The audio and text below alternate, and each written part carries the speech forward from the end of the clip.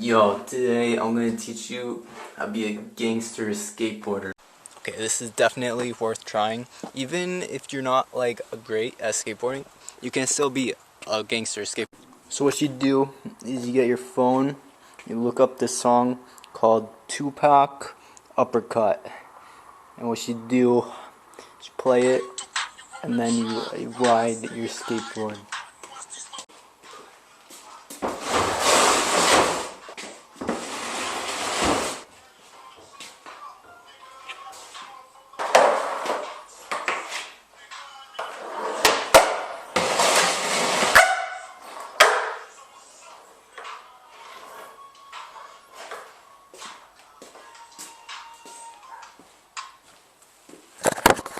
Alright, so that's just phase 1 of being a gangster skateboarder.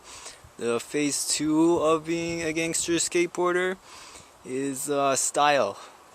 The trick to developing style on a skateboard is to not even try to land tricks, but to just like try to make yourself look cool as possible without like really doing anything really hard.